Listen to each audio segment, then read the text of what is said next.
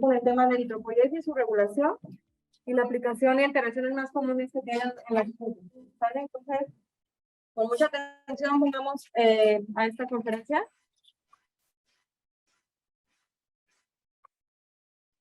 Muchísimas gracias, doctor Pablo. Muy buenos días y un placer estar con ustedes. Muchas gracias. Quisiera, doctor Rivero, primero presentar a nuestro director de escuela, al doctor Francisco González, quien por supuesto está siempre apoyándonos. Doctor González, si usted quisiera dirigirse brevemente a la concurrencia. Bueno, primero buenos días a todos. Agradezco la invitación que se ha hecho a nuestros colegas para poder entonces hacer esta clase o esta sesión, y encantados dejamos abierta la posibilidad para que sigamos colaborando mutuamente. Por lo tanto, desde la unidad como dirección de esta escuela, quedamos encantados y abiertos de poder seguir trabajando con ustedes en este sentido. Muchas gracias y dejo obviamente al doctor Rivero para que continúe con su clase o la inicie. Gracias, estimado. Quisiera también en esta oportunidad presentar a Eduardo Escalona, nuestro encargado de vinculación con el medio, quien está también aquí presente y es un gestor de todas estas interacciones. Profesor Escalona. Gracias, Eduardo. Bueno, les damos la bienvenida a los estudiantes. Para nosotros ya esta experiencia con la Universidad Autónoma tiene largo aliento y la verdad es que estamos muy contentos de seguir nutriendo este trabajo. Y como siempre, cualquier necesidad que ustedes tengan luego de la sesión, pueden escribirnos a través de su profesora para poder despejar las dudas. Así que espero que puedan recibir una buena ponencia, porque ahí los va a acompañar el doctor Costa y Riveros con un tema que para ustedes es atingente a lo que están abordando en la asignatura. Mucha suerte. Muchas gracias. Doctor Rivero. Muchas gracias. Bien, entonces, doctor Eduardo, comenzamos con la presentación de los objetivos y la ruta pedagógica y continuamos con la etapa eritropoyesis. De acuerdo.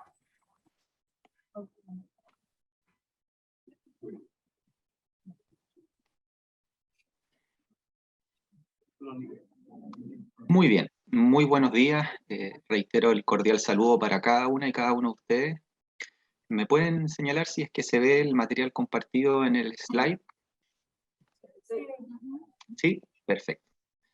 Bueno, como se ha señalado, la unidad temática que vamos a compartir esta mañana es de la línea roja en el ámbito hematológico. Vamos a trabajar ideas fuerza en la eritropoyesis y el signo de laboratorio anemias, ¿bien?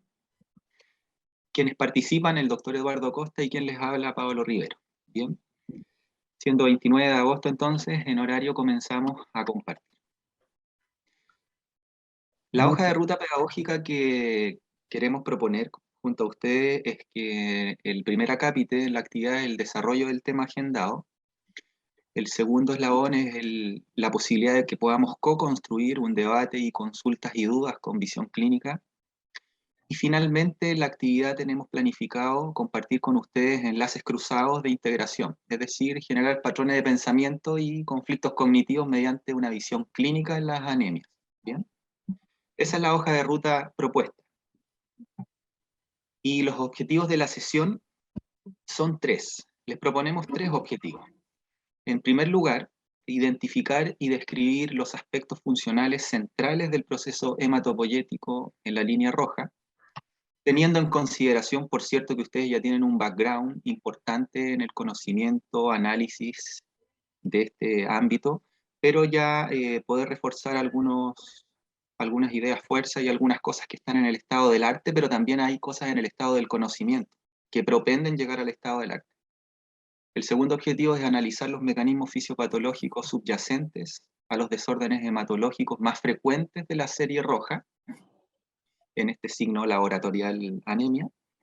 Y por último, ya con el verbo de analizar también, es analizar situaciones clínicas de integración, junto a pruebas de la sangre orientadas al estudio de la serie roja. Y sobre esos tres objetivos entonces les invitamos a trabajar. Muy bien, doctor Costa, le doy la palabra para esta primera primera parte de nuestro trabajo. Muchísimas gracias, doctor Rivero. Bueno, tal como lo señala el doctor Rivero, vamos a transitar tendiente a cumplir con estos objetivos que nos hemos tratado de compartir con ustedes. Voy a dejar de compartir el video para mi video para no entorpecer la presentación. Y lo primero que tendremos que decir, por supuesto, que la hematopoiesis tiene varias líneas a partir de las cuales se van a ir conformando todos estos elementos formes que ya, por supuesto, conocemos, y en específico hoy vamos a hablar sobre la línea eritopoyética. No va a ser otra nuestro tránsito.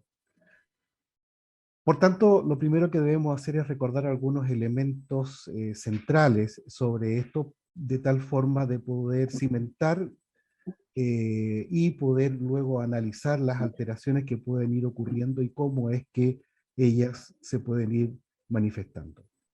Sin lugar a duda, tener en cuenta todo lo que tiene que ver con la eritropoiesis, tiene que ver, por supuesto, con la médula roja de nuestros huesos y con las pruebas que podemos hacer en laboratorio para poder determinar forma, características y, por supuesto, cantidad de los elementos formes, y de esa manera poder determinar si estamos frente a una situación de normalidad o con algún tipo de alteración. El estándar aquí, por supuesto, es el análisis con microscopía, o también conocido como frote sanguíneo, ya que los equipos automatizados no son capaces muchas veces de detectar algunas alteraciones y que incluso pudiesen entregarnos algunos falsos positivos o falsos negativos. Por tanto, siempre la mirada del técnico, en este caso para nosotros son los tecnólogos médicos, son de referencia. No basta con el conteo que puede darnos una máquina. Dentro de lo que nosotros podemos hablar de la hematopoiesis, tendremos que decir que está dada por células pluripotentes que se sitúan en médula ósea roja del adulto fundamentalmente.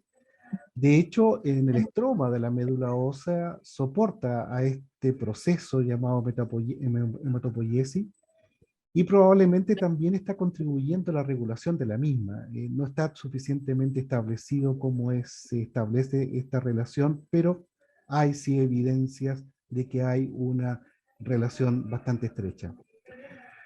Las células madre que nosotros encontramos en médula ósea, en su gran mayoría son pluripotentes. Están en un estado que nosotros llamamos quiescente, estable, donde están en reposo para el ciclo celular, y diremos que están en G0, teniendo una escasa capacidad de división, a menos que, por supuesto, reciban un estímulo y que ese estímulo va a desencadenar todo el ciclo celular y, por supuesto, bajo ese punto de vista, la multiplicación celular. La capacidad de dividirse durante toda la vida va a estar presente para estas células, porque no han alcanzado un grado de diferenciación terminal. En su división pueden optar, eso sí, por una autorrenovación o por un compromiso ante una situación de necesidad, en este caso del sistema. Las células madres van finalmente a amplificar una población de células, donde van a generar células diferenciadas, terminales, con excepción, por supuesto, de los linfocitos, que tienen una capacidad de autorrenovación que va por otra línea. Es así como nosotros nos encontramos, por supuesto, con esta posibilidad de que nuestros huesos largos, sobre todo en su médula ósea roja, puedan producir los elementos formes, y esto habitualmente va a estar gatillado por un estímulo que se derivará de nuestros riñones y que estará estimulando la eritropoiesis a través de un señalizador, que es la eritropoietina, que va a hacer que estas células troncales, las stem cell, pasen de esta situación generando los proeritroblastos hasta finalmente generar los eritrocitos que funcionalmente nosotros requerimos. Sin lugar a dudas, no podemos olvidar que esta situación de fabricar glóbulos rojos tiene que ver necesariamente con una adecuada provisión de una proteína transportadora, es una molécula tetramérica como es la hemoglobina.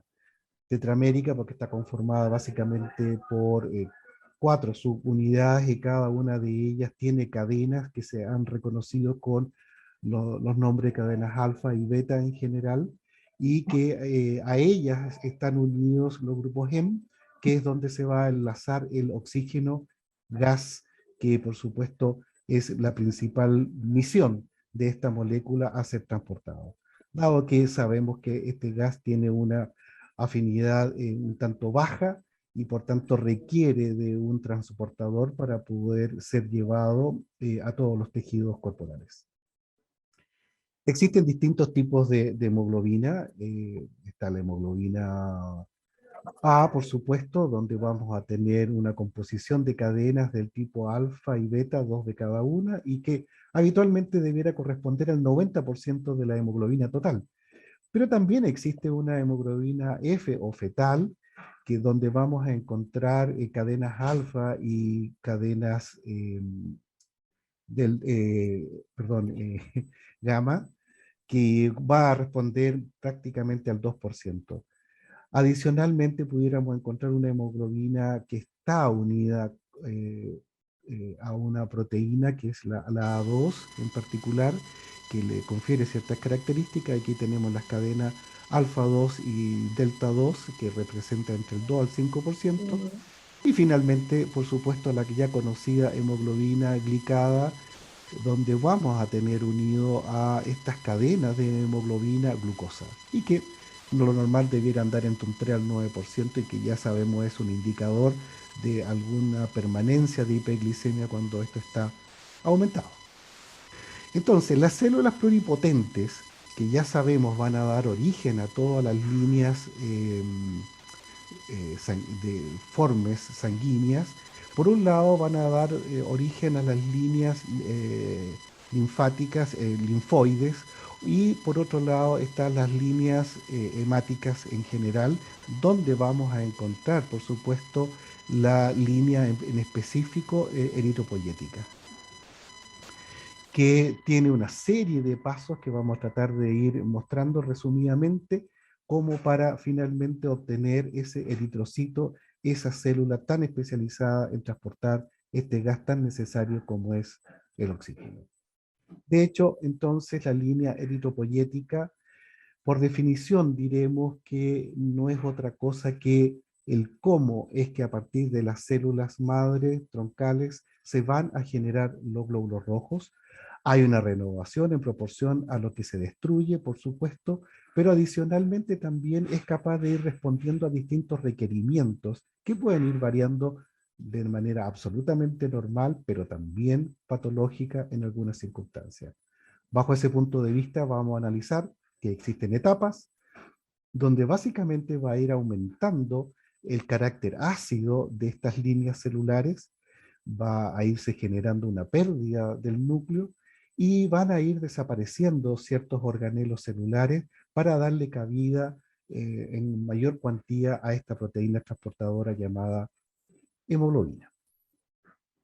El primer estadio madurativo se llama proeritroblasto. Son células bastante grandes, de 20 a 25 micras, nucleadas, con un núcleo redondo, y que se ven claramente los nucleolos adicionalmente.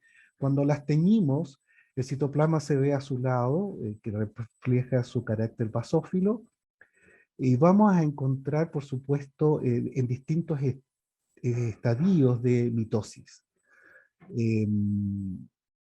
Siempre con esta característica de ser alcalinos. De hecho, si nosotros miramos un frotis sanguíneo, nos daremos cuenta de estas características, donde hay un núcleo muy prominente, como se muestra en esta imagen, redondeado, y con ciertas características tintoriales de citoplasma y núcleo que revelan estas características que ya he señalado. Ahí vemos con mayor aumento un proeritroblasto, donde se ven estas características tan particulares. El siguiente estado es el eritroblasto, que sigue teniendo un cierto carácter basófilo, pero tiene un tamaño menor, de 16 a 18 micras, con núcleo condensado, con desaparición de núcleo, ya no están presentes. El citoplasma sigue siendo de color azul, pero no existe síntesis de hemoglobina o es muy baja la producción de esta proteína a este nivel de desarrollo. Vamos a encontrar aquí dos estadios de ciclo celular, los eritroplastos de basófilos tipo 1 y los eritroplastos basófilos tipo 2. Aquí podemos verlos, cómo se van presentando. Ustedes ven que han cambiado un poco las siluetas que podíamos distinguir en núcleo, y esto los hace reconocible como este estadio de eritroblasto, que es, insisto, basófilo.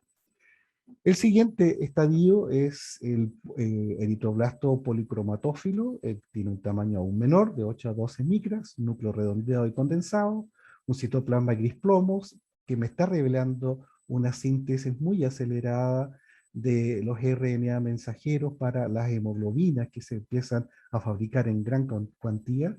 Este es el último estado con capacidad mitótica que tienen estas líneas germinal de los eritrocitos. Aquí los vemos, el eritroblasto policromatófilo, donde claramente se ve una cromatina mucho más desplegada, con una gran cantidad de RNA mensajeros, un citoplasma que se empieza a tornar bastante más prominente que en las imágenes anteriores, lo cual ya me da la idea de que vamos llegando a los estados de maduración más tardíos. Finalmente tenemos eritroblasto ortocromático, que surge por transformación de tamaño aún menor, de 7 a 10 micras, con un núcleo muy pequeño, un citoplasma rosado o rojo por la cantidad de hemoglobina ya presente en ellos, y va a aparecer, por supuesto, la hemosiderina, que no es otra cosa que un pigmento de color amarillo, dorado o pardo, pudiera ser también, de aspecto granuloso o cristalino, que deriva de la hemoglobina cuando hay más hierro del necesario en el cuerpo. Consiste en agregados micelares de ferritina, cuya función es servir de reservorio de hierro para seguir fabricando, por supuesto, más hemoglobina en estos glóbulos rojos que todavía están en formación. Tras madurar, por supuesto, ellos van a expulsar el núcleo, que es fagocitado por las células del sistema que van a estar presentes ahí en médula ósea, de tal forma de reciclar todo este material que estaba presente en núcleos. Aquí vemos las imágenes de estos eritroblastos ortocromáticos, donde podemos darnos cuenta de esta presencia de elementos muy característicos en núcleo que los hacen fácilmente reconocibles. Finalmente, nos encontramos con los reticulocitos que son células ya anucleadas, con capacidad de síntesis muy elevada de hemoglobina, aún conservan cierta basofilia, con azul crésico se observan sustancias ribosómicas reticuladas. Los reticulocitos, que reciben este nombre precisamente por estas sustancias ribosómicas que habíamos mencionado, permanece 48 horas más o menos en médula antes de salir a sangre, donde va a permanecer además unas 24 horas antes de convertirse ya en un eritrocito maduro. Esto es muy interesante porque aquí podemos valorar qué tan exigido, qué tan apurado está el sistema de producción de glóbulos rojos ante una carencia, una necesidad de mayor número de glóbulos rojos en que empiezan a aparecer en proporciones mayores a las habituales, este tipo de estadio de desarrollo del eritrocito. El número de reticulocitos entonces es útil para conocer la eficacia, obviamente, de la eritropoyesis. Sirve también para clasificar las anemias regenerativas o arregenerativas, conocer rápidamente la eficacia de los tratamientos que se pudiesen estar dando para corregir algún tipo de alteración, por ejemplo, con vitamina B12, con ácido fólico, o con hierro, o con todos ellos, si fuese el caso. Y uno puede ir verificando cómo es que está evolucionando el paciente con esta medicación. Aquí vemos los reticulocitos en que se ve claramente esta conformación donde no hay núcleo y se ven estos ribosomas que están formando este entramado reticular, que es cual le da el nombre. Aquí tenemos un nido de eritroblastos, hay una gran cantidad, estos están en este estadio de reposo antes de salir a circulación, esas 48 horas que nosotros mencionábamos, donde se ve que tenemos esta situación y también, por supuesto, vemos algunos estadios anteriores donde encontramos células nucleadas aún. Aquí vemos con un mayor aumento los mismos reticulocitos y algunas células nucleadas que todavía están presentes aquí en la matriz de médula roja ósea. Aquí ya vemos los eritroblastos, donde básicamente vamos a encontrar ya una célula muy parecida a lo que nosotros vamos a entender como una célula de glóbulo rojo maduro. Entonces, los eritrocitos son elementos formes maduros cuya función es el transporte, básicamente, no otra cosa. Y bajo ese punto de vista, por supuesto, hay toda una línea de formación desde los proeritroblastos hasta eritrocitos, pasando por los distintos estadios donde ya hemos visto que van adquiriendo ciertas características y perdiendo otras, van adquiriendo una característica de ser más ácidos, que lo reconocemos por estas coloraciones que son más afines o no, y van perdiendo núcleo, ahí apareciendo una gran cantidad de ribosomas y por supuesto la proteína hemoglobina en este proceso de maduración. Por tanto, la eritropoyesis constituye básicamente entre el 25 al 35% de las células médula ósea. Según van madurando, van disminuyendo de tamaño, se van tornando células sin núcleo. El citoplasma va de un azul que me revelaba la acidofilia hacia el rosa que me está revelando la alcalinidad, y el proceso va a durar entre 4 a 7 días, donde por supuesto vamos a encontrar en este proceso mitosis, es decir, ciclo celular. Ahora, sin lugar a duda, para que esto ocurra vamos a necesitar de algunos elementos que son indispensables para este proceso, como son la vitamina 12 o los folatos en general, y algunos otros elementos que van a generar la progresión de la línea eritroide, y cuando ello falla, por supuesto, estaremos en presencia de anemias, sobre todo anemias megaloblásticas, que son por definición anemias macrocíticas en que los progenitores de hematíes de médula ósea presentan alteraciones en la síntesis del DNA, por supuesto de los RNA mensajeros, para fabricar la proteína hemoglobina.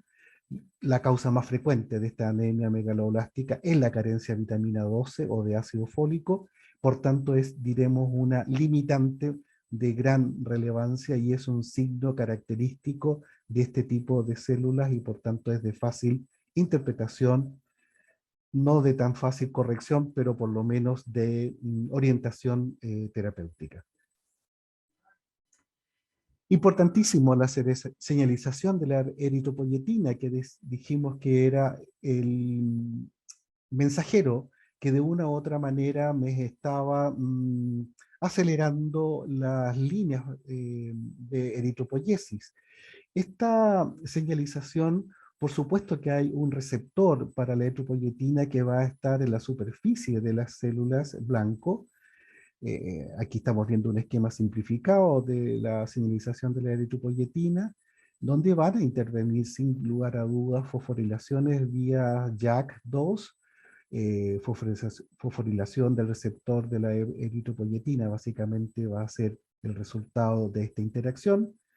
Va a haber una homodimerización de un transductor de señal activador de transcripción como es el STAT5, que va a activar a fosfoinositol trifosfato quinasa, y de esa manera vamos a generar una serie de elementos cascada abajo al interior de la célula, que finalmente va a llevar a una actividad mitogénica acelerada de estas células para que entren en los distintos estados de maduración, hasta que finalmente llegamos al eritrocito.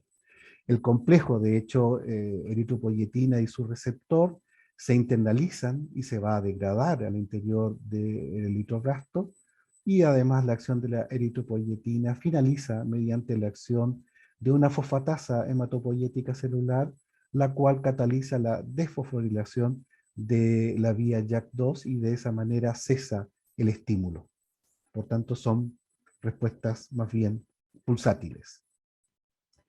La eritropoiesis, entonces, dada mirando como un sistema de proliferación y maduración celular, me va a llevar no solo a la maduración de una línea celular en particular, sino que adicionalmente voy a tener una expansión en el número de células que se van a producir, donde vamos a tener un ambiente medular muy importante para este proceso, pero básicamente la adquisición de la hemoglobina, que llamaremos la hemoglobinización de estos eritrocitos en desarrollo, donde se va a incorporar el hierro a las cadenas de globina, está firmemente relacionado con fenómenos de membrana que deberán ocurrir en estos eritrocitos en desarrollo.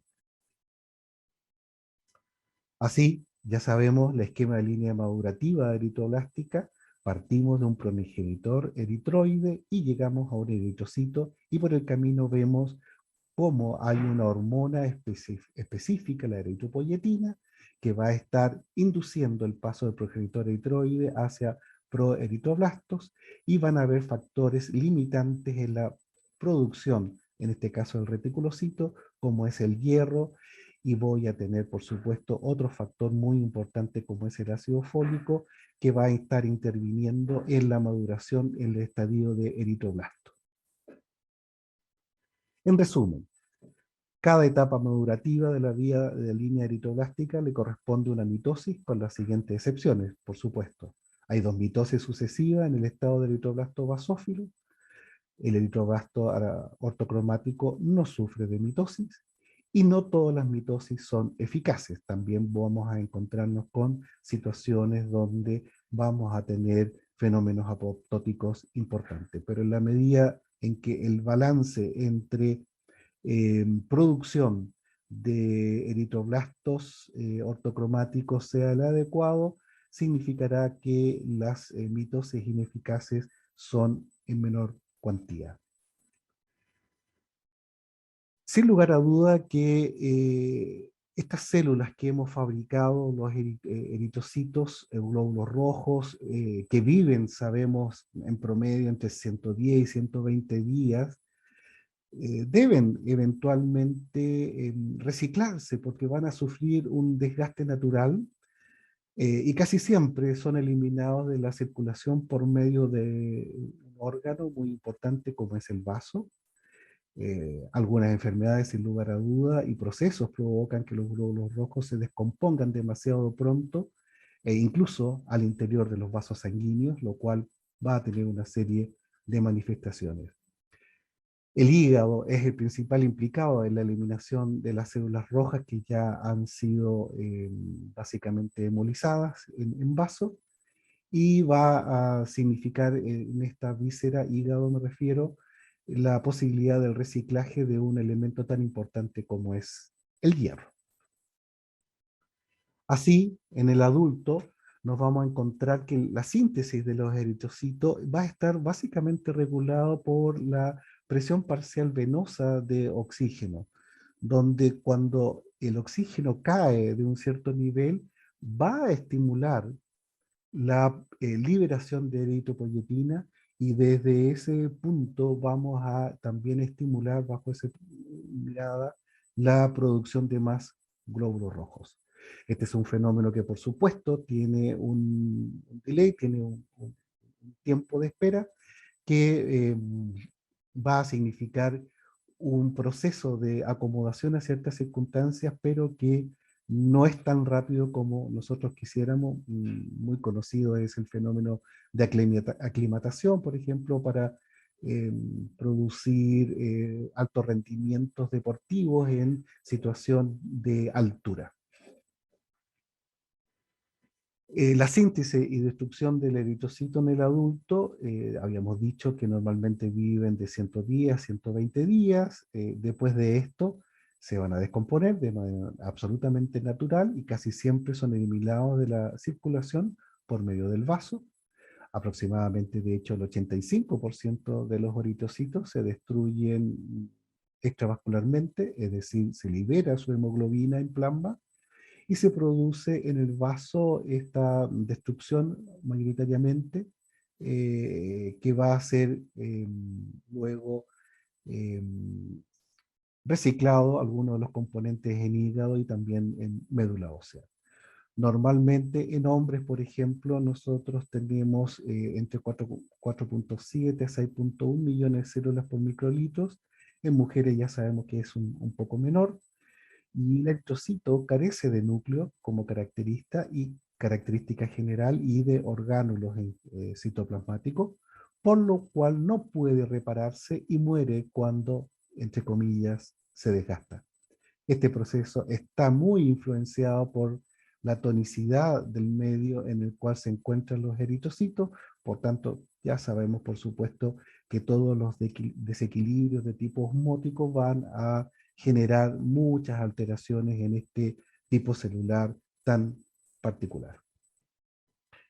La eritropoyetina en plasma normalmente tiene una presencia bastante baja, pero sin embargo su acción estimula la proliferación y diferenciación de las células progenitoras, reduce el tiempo de maduración celular, eleva la concentración, por supuesto, de hemoglobina, facilita la liberación de reticulocitos y produce hipercelularidad eritroblástica en médula ósea.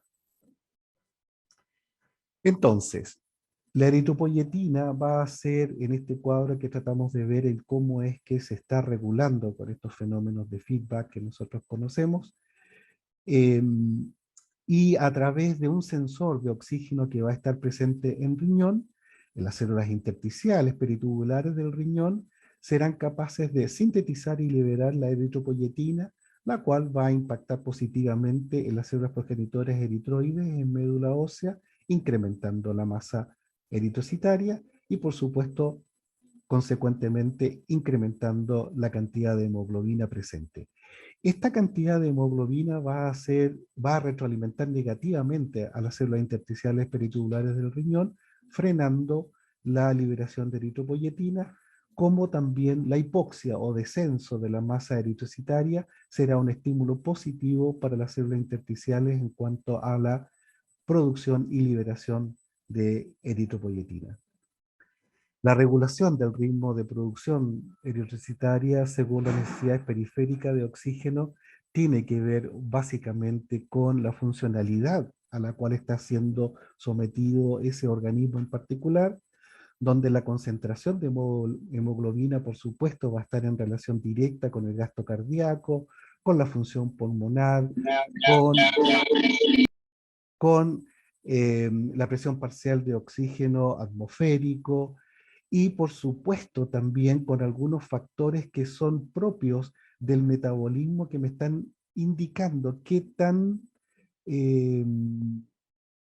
exigido está el sistema desde el punto de vista de producción energética, como es la presencia del 2,3-difosfoglicerato, que tiene una fuerte afinidad con el oxígeno, y este a su vez, por supuesto, me va a estar indicando el mayor o menor consumo de oxígeno, y bajo ese punto de vista riñón censará y generará el estímulo necesario como para aumentar la masa eritroide.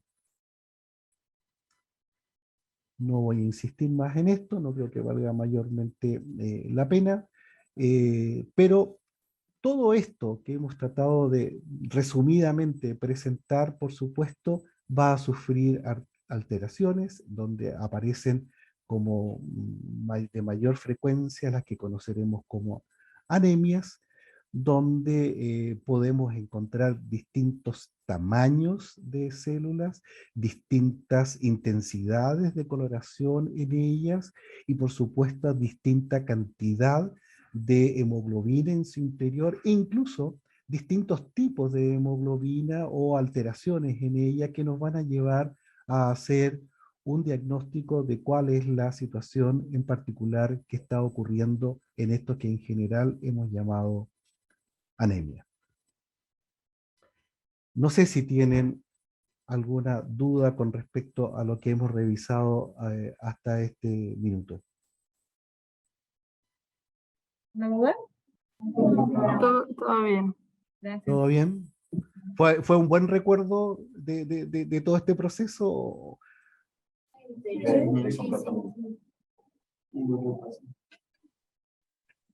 ¿Les parece que tomemos un pequeño receso? A continuación vamos a hablar sobre anemia en particular, donde el doctor Rivero se va a hacer cargo de esta segunda parte de la presentación. Así que si ustedes gustan, podemos tomar ahí, no sé, unos 3, 4 minutos, de tal manera de generar ahí algún tipo de interacción y aprovechamos de hacer el cambio de expositor. Muy bien, doctor Eduardo, gracias. Perfecto.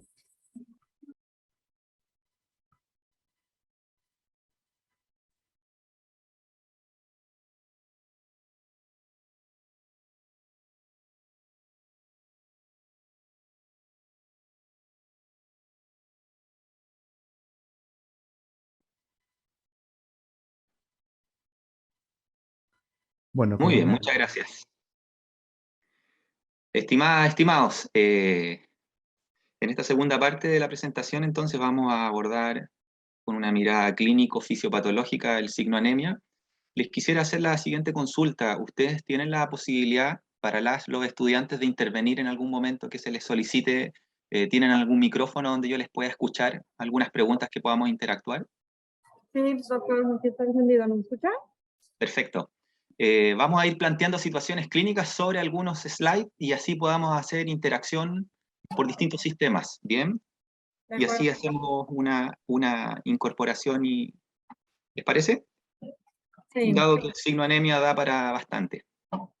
Muy bien, entonces con el detalle de lo que ha expuesto el doctor Costa, hacemos el enlace con el análisis ahora del signo anemia. Vamos a partir desde una mirada muy general, holística, pero de a poquito vamos a ir incorporando aspectos sutilmente hasta que podamos llegar a un contexto clínico, un abordaje importante. Bien, entonces, primero que todo, tenemos que recordar el signo anemia. ¿Qué entendemos por anemia? Y aquí cito en el slide, dice recuento de hematíes y hemoglobina por debajo de los rangos de normalidad. Entonces aquí hay que entender una cosa. Un aspecto es la edad, el sexo, pero también en qué nivel de altura geográfica estamos analizando esta población en estudio. Bien, por las presiones barométricas influyen en los niveles de HIF-1 que libera el riñón en respuesta a hipoxia renal. ¿Sí? ¿Y esto qué compromete? Compromete el adecuado transporte de gases, oxígeno y CO2. Y sabemos, ya mencionado, que el coeficiente de solubilidad del gas oxígeno es bastante débil. Por tanto, requerimos de una proteína transportadora como lo es la hemoglobina. ¿Sí? Ahí se justifica la existencia de la hemoglobina por el coeficiente de solubilidad del gas oxígeno que es bajo. Y como es un signo laboratorial, siempre se debe investigar qué. Tenemos que investigar la noxa. Entonces, les propongo que de acá en adelante vamos a ir trabajando la anemia desde un punto de vista de la noxa con abordaje fisiopatológico. Entonces vamos a ver anemias hemolíticas, intraextravasculares, vamos a ver anemias por pérdidas, sean de evolución aguda o crónica, y vamos a ver anemias hiporregenerativas apuntando desde la línea, por ejemplo, de las aplasias, invasiones medulares, hasta llegar a las carenciales por nutrientes. ¿Bien? ¿Se escucha bien? ¿Todo bien el ritmo? Sí. Sí, perfecto. Entonces, este hecho clínico como signo de laboratorio, y no es una entidad per se, una enfermedad, sino que hay que investigar la noxa, vamos a comenzar, primero que todo, ¿ustedes qué opinarían en una anemia que se instale en una persona, por ejemplo acá, esta anemia, que se instale en una persona que tenga una hepatopatía de largo aliento? ¿Cuánto tiempo tenemos disponible el hierro de origen hepático? La ferritina hepática. ¿Cuánto nos soporta para establecer después que se instale una eritropoiesis deficitaria? ¿Cuánto tiempo? ¿Cuál es el periodo de ventana en que la persona, el paciente, nos va a preguntar o se va a expresar en el laboratorio ese signo?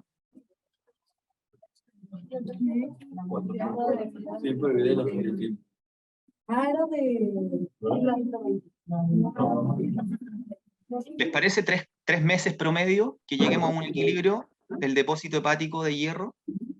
Entonces, nosotros tendríamos que investigar qué noxa probablemente, si puede ser pérdida ginecológica o pérdida del tracto gastrointestinal. Vamos a ir analizando esa mirada, ¿bien? ¿Qué periodos de ventanas acontecen? Otro ejemplo, accidente automovilístico en donde una anemia se instale de forma paroxística.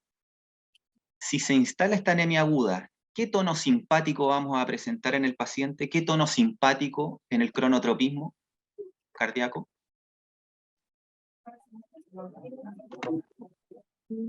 Estaría elevado, ¿no es cierto?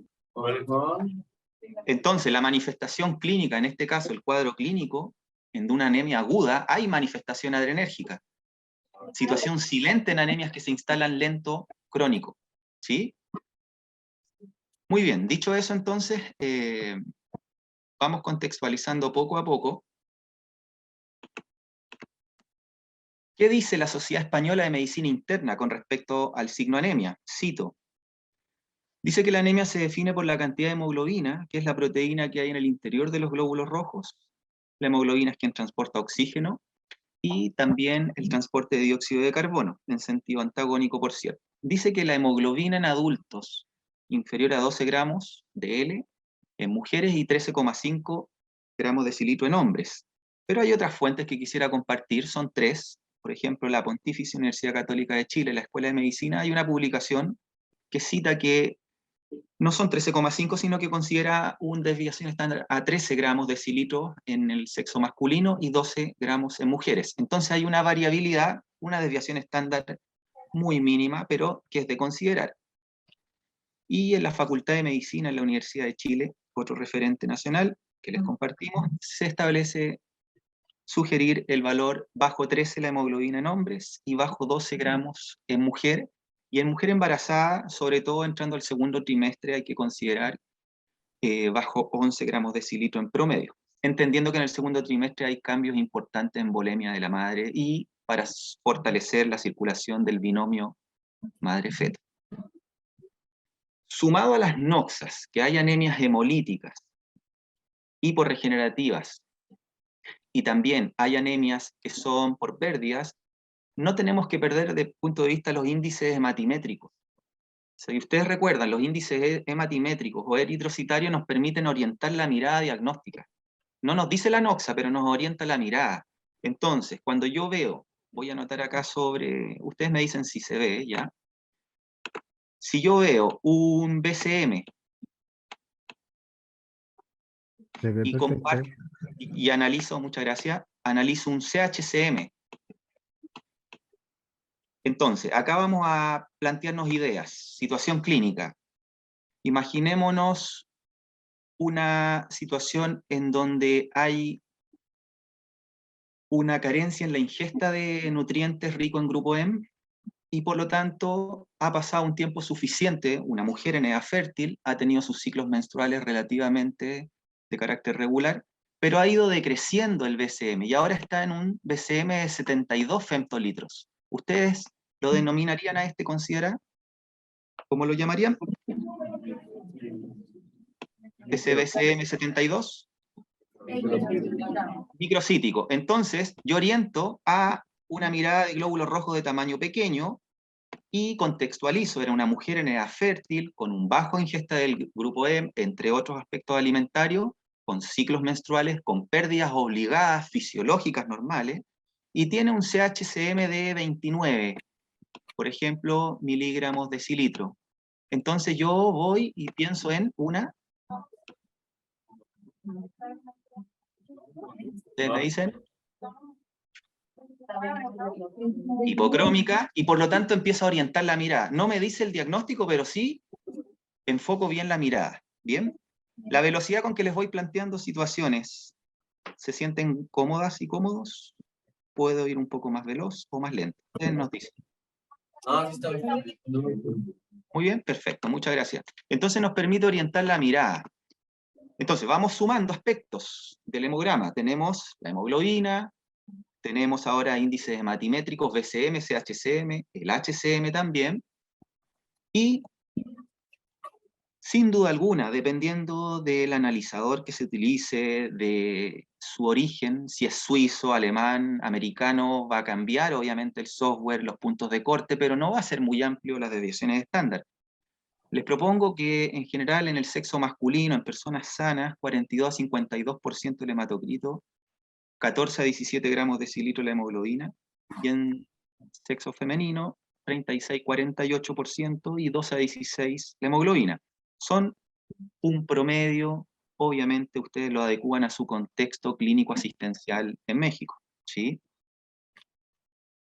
Sin entrar en mayor detalle, solo recordar idea fuerza, los patrones hematimétricos, los índices eritrocitarios que recién estábamos dialogando, los vamos a ver aplicados en situación clínica, pero ahí tienen un slide donde habla de la valoración del peso promedio de hemoglobina en eritrocito individual, el HCM, el CHCM, en donde está el promedio de concentración interna de hemoglobina en una población de elementos forme rojo, y el volumen corpuscular medio, que habla del volumen promedio en eritrocitos en forma autónoma, individual. ¿Bien? De ahí sacamos una mirada de microcitosis, hipocromía, macrocíticos, hipercrómicos, o normocíticos, normocrómicos. Y ustedes me podrían colaborar acá, ¿se acuerdan la amplitud de distribución eritrocitaria? Para entrar a las situaciones ya en detalle, clínicas. Entonces, si yo tengo, yo tengo un BCM, imaginémonos que tengo un BCM que si tenemos considerado normal, voy a anotar acá, un BCM 80 a 100, y seguimos con la situación ahora de esa mujer, esa dama que tenía un BCM de 72, ¿desvío a izquierda o a derecha la coordenada cartesiana, la abscisa? ¿Desvío a izquierda o a derecha? No le escuché, disculpen. Perfecto, y si desviamos a izquierda, entonces quiere decir que estamos corroborando, complementando solamente, sutilmente, con prudencia, una microcitosis, ¿sí? Entonces, desde esta perspectiva, si yo ahora tengo una parasitosis por Diphyllobotrium latum, nos vamos a microbiología, y si tengo una parasitosis por Diphyllobotrium latum, y este parásito está instalado en el intestino delgado, ¿de qué se nutre este parásito? Se nutre de cianocobalamina. Entonces, si se nutre de cianocobalamina en el largo aliento, ¿qué va a pasar con la absorción de B12 Emilion terminal? Por tanto, esos depósitos hepáticos de cianocobalamina empiezan a caer, ¿cierto? Como lo decía el doctor Costa hace un momento, que era un nutriente crítico. Entonces, ¿qué va a pasar con la eritropoiesis? Se hace anómala. ¿Hacia dónde desviamos ahora? Perfecto, entonces siempre tener esa mirada de las coordenadas cartesianas, abscisa versus ordenada, no olviden que son factores de considerar. Bien, sin más preámbulo, entonces entramos a las anemias ya en detalle. Este es un slide donde les planteamos las microcíticas, normocíticas y macrocíticas.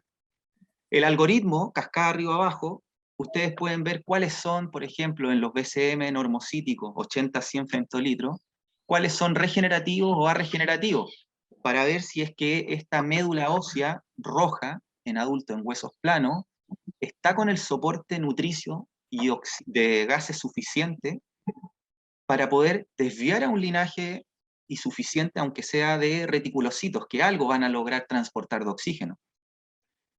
Ahora, es pobre el transporte, pero a nada algo tributa, y es una orientación. Entonces les propongo este esquema de anemias según noxas hemorrágicas. Anemias hemorrágicas. Generalmente es adecuado orientar la mirada en el sexo masculino a pérdida gastrointestinal. Entonces, ¿qué les parece si vamos conversando de arriba abajo, en orden? ¿Ustedes qué opinan? ¿Cómo se expresaría una hemorragia? ¿Cómo puede ser en un esófago de Barrett? Imagínense un esófago de Barrett. Entonces, este usuario oncológico en tercio distal del esófago, que sea sangrante y va a caudal hacia abajo, está sobre el ángulo de Treitz este sangramiento. Entonces, ¿cómo se expresaría en términos de sus deposiciones? ¿Qué nombre una melena, ¿cierto? Y esa melena, si lo contextualizamos, ¿se escucha bien? Sí. ¿Está muy aburrida? ¿Aburrido? ¿No? Vamos bien. Perfecto. Entonces esta melena lo voy complementando con BCM, CHCM, y generalmente voy a tener una anemia por pérdida. Esta anemia por pérdida, ¿ustedes la asocian a un patrón más agudo o crónico? Crónico. Por lo tanto, voy a tener lo más probable ausencia de ¿qué sintomatología? De tono simpático. No voy a ver tono simpático, porque hay una anemia que se instaló lento y el cuerpo se adapta poco a poco. Vamos con otro ejemplo hacia abajo, las úlceras gástricas, las úlceras duodenales con Helicobacter pylori. No olviden que esta solución de continuidad, esta herida, cuando alcanza la capa adventicia, y sobre todo desde la submucosa, donde ya está la irrigación importante por arteriola, metaarteriola, ya puede expresarse una hemorragia en el lumen de la cámara gástrica. Otra melena. También otros aspectos, no olvidar los CA de colon, que se pueden expresar con una hematoquesia, la hemorragia diverticular. También otro aspecto, no olviden los cánceres de colon descendente, que ellos además se pueden expresar por constipación orgánica. No así el cáncer de colon ascendente, en donde la deposición es de carácter más líquido, y probablemente no consulte por constipación. Son aspectos clínicos, fisiopatológicos que hay que considerar. Sin duda hay muchas causas más que podríamos conversar. En honor al tiempo voy a hablar también de aspectos ginecológicos. También la pérdida ginecológica pueden ser anemias de instalación fisiológica en una mujer en edad fértil con sus ciclos que no cubra la demanda de pérdida. También pudiese ser en situaciones anómalas, como por ejemplo un CA de cuello. Pueden ser... de a poquito se ha ido viendo que las NIE, las neoplasias intraepiteliales, los miomas, son noxa de anemia por pérdida de origen ginecológico. ¿Sí? Complementamos las anemias hemorrágicas con las hemólisis aceleradas. Hace poco, el doctor Costa le exponía una imagen donde había, ¿se acuerdan que los glóbulos rojos cuando entran en hemólisis con envejecimiento y su capacidad bicóncava va teniendo problemas para pasar el sistema retículo endotelial del vaso, del hígado, y los macrófagos esplácnicos los extraen? Esa hemólisis ustedes la llamarían con un apellido. ¿Qué nombre le incorporan? Anemia, o sea, perdón, hemólisis intra o extravascular. Entonces, en la extravascular, aquí en esta anemia en particular, las anemias extravasculares, hay una cosa que nos protege, entre comillas, que podemos reutilizar el hierro, podemos reutilizar los aminoácidos de la globina. En cambio, en las anemias de instalación hemolítica intravascular no podemos reutilizar nada. ¿Les parece? Para que lo tengan en consideración en un tipo de paciente versus otro. Ejemplos. La hemolítica intravascular. ¿Qué les parece un corazón izquierdo que ha recibido debido a una valvulopatía izquierda, una valvulopatía aórtica, imagínense, que requirió trasplante de valvular? Y esta válvula cardíaca mecánica, cada vez que abre y cierra, empieza a comprimir elementos formes, glóbulos rojos, y los empieza a hemolizar intravascular. Por tanto, eso es una costo-beneficio, dado la situación cardiopática del paciente, pero que puede ocurrir por efecto mecánico. Las otras opciones son parásitos hematófagos, que consuman glóbulo rojo, como por ejemplo en malaria, y la otra también que podría ser considerada la eritrocitosis, los aspectos de membranopatía, cuando hay daño en membranas y las fuerzas verticales y horizontales de la membrana celular del glóbulo rojo tienen poco compliance, son poco complacientes para adaptarse a los cambios de forma. Lo vamos a ver en un momento.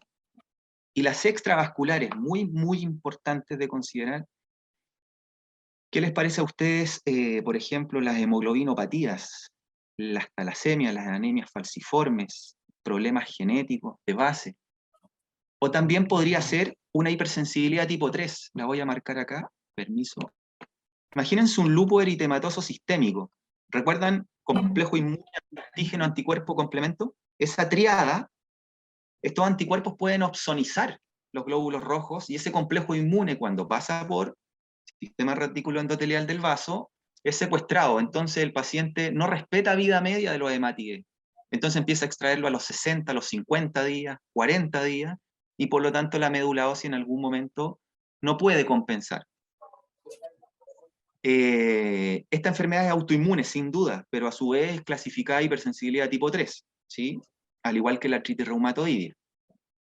Y el hiperesplenismo, para diferenciarlo de la esplenomegalia, porque lo vamos a utilizar en este momento el hiperesplenismo como lo que es un concepto funcional, no anatómico. Entonces, para diferenciarlo de la esplenomegalia, que es un concepto anatómico puro, imaginémonos un usuario de largo aliento que haya tenido un virus hepatitis C positivo 15, 18 años atrás y evolucionó con carcinoma hepático, o está en una situación cirrótica importante. ¿Qué pasa con el sistema retículo endotelial del vaso? Empieza a asumir funciones en exceso, que no cumplía, que dejó de cumplir el hígado. El tema es que transgrede y empieza a hacer una hemólisis muy acelerada, instalándose una anemia hemolítica extravascular. ¿En cuál de las dos ustedes me dirían que el BCM se va a afectar primero? Intraextravascular. Muy bien, perfecto. Vamos entonces a otra mirada, general todavía, de las hiporregenerativas. Sabemos que la anemia hemorrágica es porque perdí tejido sanguíneo. Perfecto. La hemolítica es porque no respeto vida media del hematíe. Pero en la hiporregenerativa, ¿qué les parece que digamos entonces que en general aquí puede que los procesos hemolíticos estén normos, pero la reproducción, la regeneración está lentificada? Entonces hay que ver qué causa, qué noxa es la que está operando ahí. ¿Se entiende la diferencia? ¿Sí? Perfecto. Entonces esta hiporregenerativa, yo sugiero que orientemos la mirada a ir a la fábrica primero. Ir a la fábrica, vámonos a la médula, al amor, médula ósea roja. Entonces, aquí en una invasión medular, imaginémonos usuario, contexto clínico, usuario de una invasión medular. Imaginémonos una persona adulta que no quiso realizarse ciertos exámenes periódicos, cumplió el cuarto decenio de vida, no se hizo tacto rectal, siguió solo con antígeno prostático, no hizo tacto rectal y por alguna situación a los 60 años debuta con fracturas óseas o con un foco metastásico cuyo origen inicial era un CA de próstata. ¿Qué va a pasar con estas células cancerígenas de la próstata cuando el cáncer haga angiogénesis, se vascularice y haga invasión metastásica a distancia? La médula ósea puede recibir estas células neoplásicas y asfixia la médula. Entonces estas stem cells, cuando se ve asfixiada, puede afectar ¿qué cosa? La línea eritroide. Y se instala poco a poco una anemia hiporregenerativa. Eso es un ejemplo de invasión medular. O en una aplasia medular que se puede dar en reacciones idiosincrásicas a algunos medicamentos, sobre todo en Países Bajos, o el propio hecho de tratar con radioterapia y quimioterapia para recibir un trasplante. Yo estoy haciendo una aplasia medular para que quede esta situación disponible para recibir un trasplante de médula. Hay un periodo aproximado de 4 semanas críticas para que genere celularidad la nueva médula, y ese paciente puede tener anemia de tránsito. ¿Sí? ¿Qué les parece hasta acá? ¿Cómo van? Por favor, retroalimenten. Se le agradece. Vamos bien, muchas gracias. Enfermedades crónicas. La insuficiencia renal crónica. Muy importante. El doctor Costa también comentaba de la eritropoyetina como hormona que sobre el 90% es de origen renal, el remanente es de origen hepático. Entonces, una insuficiencia renal crónica, clásicamente, cualquier literatura nos va a decir que la falta de EPO. Pero imaginémonos el contexto, estimado, de una persona que está en diálisis, lunes, miércoles y viernes, en una etapa 4, y está en esa hemodiálisis lunes, miércoles y viernes. ¿Qué pasa con el volumen de sangre que queda en todo lo que es de la máquina hacia el paciente en mangueras? Si no es cubierto con buena alimentación, buena hidratación, ¿qué tipo va a ser una anemia por pérdida? ¿Me siguen? ¿Qué otra cosa? La membrana purificadora de la máquina dialítica no va a sacar solamente elementos nitrogenados tóxicos. Es decir, también te puede empezar a extraer vitamina, ácido fólico, cianocobalamina, etcétera, entre otros nutrientes. ¿Qué otro aspecto también usted tiene que considerar en los renales crónicos? Ya llevamos 3. Que las hiperuremias pueden generar mala absorción intestinal y por lo tanto lo que come la persona no lo absorbe bien. Y otro aspecto, no olviden que en situaciones muy descompensadas, ¿qué pasa con la urea cuando sube mucho en sangre? Imagínense una uremia de 180 mgdl, 200, de ahí para arriba. ¿Qué piensa? ¿Qué empieza a ocurrir? Entonces puede ocurrir un CHU, un síndrome hemolítico urémico. Entonces puedo transitar desde ese contexto a una hemolítica. ¿Me siguen? Y por último, para cerrar, para incorporar, es que el hipotálamo, los núcleos laterales del hipotálamo que regulan, ¿se acuerdan? Apetencia. Y los ventromediales regulan saciedad. ¿Se acuerdan el centro del apetito? Bueno, los estudios dan cuenta de que usuarios hiperurémicos pueden afectar el funcionamiento del centro del apetito y las personas no tienen ganas de comer. Entonces entran en una malnutrición por déficit. Si uno se pone a mirar desde este punto de vista, puede ver que la insuficiencia renal crónica es noxadanemia multifactorial. Y no nos podemos quedar solo con una mirada. ¿Qué les parece ese abordaje? ¿Les parece útil? ¿Les sirve? Muy bien. Y finalmente decanta la presentación en lo que son las anemias carenciales. Y ahí vamos a ir complementando aspectos del hierro, la B9 y la B12. ¿Bien? Eso es en términos generales. Entonces, analicemos una mirada anemia hemolítica en membranopatía eritrocitaria. ¿Bien? Son casos poco recurrentes, pero muy interesantes de analizar desde el punto de vista del abordaje fisiopatológico. Aquí cito de la Sociedad Argentina de Pediatría, esta captura de pantalla. La esferocitosis hereditaria es una anemia hemolítica de observación frecuente, lo señalan en pediatría, y que hay problemas cual y cuantitativos. Ahí la proteína 4.2 y la banda 3, yo les sugiero que las subrayen como aspectos muy, muy relevantes, ¿bien? Y que participan en esta membrana celular del hematíes, que permiten esta forma bicóncava y que eso nos permite, en otras palabras, sin redundar, es que tenga mayor superficie, más compliance a los cambios osmolares del LEC. Si cambia la osmolaridad en el espacio extracelular, este hematíe compensa mejor, tiene más compliance de membrana. ¿Se entiende el mensaje, la idea? ¿Sí? Entonces vamos a ver algunas situaciones de estas. Les dije, por favor, les sugiero que, la voy igual, por formalidad las voy a marcar, una proteína integral, la banda 3, y la proteína de citoesqueleto, la 4.2. Hay muchas otras, pero en honor al tiempo, orientemos la mirada a una específica. Entonces, ¿qué ocurre acá? Esta esferocitosis, en donde tiene poca tolerancia a los cambios mecánicos de esta membrana, y ahí lo ve usted en el frotis, un esferocito, no es bicóncavo por ningún lado. Ahí usted tiene que ver que hay en la estructura de la membrana hay fuerzas que pueden ser de carácter vertical, y ahí está la banda 3 operando, estabilizando ¿a quién? A la proteína 4.2. Esta banda 3 con proteína 4.2. que va a participar en fuerza vertical y horizontal de membrana. Sé que no van a ser especialistas en membrana todavía, pero tenemos que contextualizar a la fragilidad osmótica como un método que tiene poca especificidad sin duda, pero sí es un método bastante tradicional y que sirve como forma de estudio. ¿En qué? Fíjense en las coordenadas cartesianas. Vean la abscisa, que tenemos el porcentaje de cloruro de sodio, la ordenada, el porcentaje de hemólisis. Y tiene un patrón relativamente sigmoide, pero no tan acentuado. Y miren una situación ideal versus una esferocitosis hereditaria con problemas en la síntesis de estas proteínas. ¿Cuáles entran en hemólisis primero? ¿Qué pasa con la tonicidad? Fíjense que la tonicidad de 0.85 está muy cercano al 0,9, que es suero fisiológico, ¿cierto? Isosmótico, isosmolar. ¿Qué pasa cuando esta prueba se va haciendo hipotónico el ambiente? Fíjense, desvíen a la derecha la coordenada, la abscisa, a la derecha. Va haciéndose hipotónico, ¿y quiénes empiezan a entrar en hemólisis muy rápidamente? Los que tienen desviación a izquierda, es decir, están más esféricos.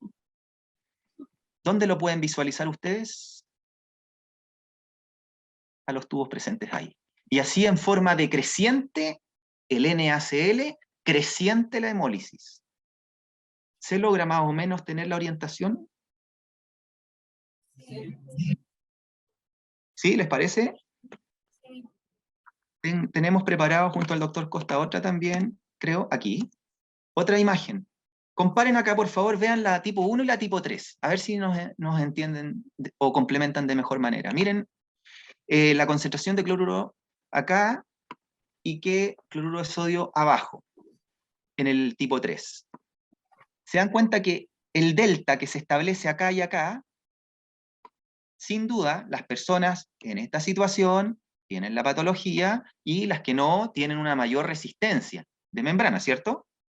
Pero miren acá la otra tipo de mutación, por ejemplo aquí la clasificación tipo 3, prácticamente entra en hemólisis muy rápidamente, porque hay distintos niveles de intensidad en la expresión de la enfermedad. Entonces esta diferencia, el área bajo la curva es distinta. ¿Logran visualizar entonces que las mutaciones pueden tener expresiones fisiopatológicas de intensidad variable?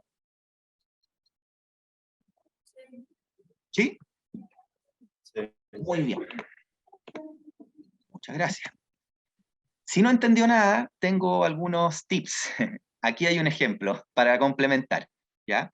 Entonces, si yo tengo problemas en banda 3, 4.2, proteínas de citoesqueleto y proteínas integrales, esta condición normal que nos permite sortear de buena manera los sistemas retículo endotelial del hígado, del vaso, voy perdiendo esta capacidad hasta que voy formando un esferocito con poco compliance de cambios de poca deformalidad, se puede deformar muy poco. ¿Y qué pasa con el macrófago esplácnico?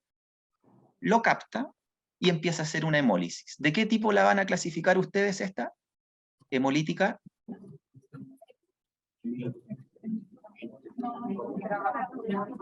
Perfecto.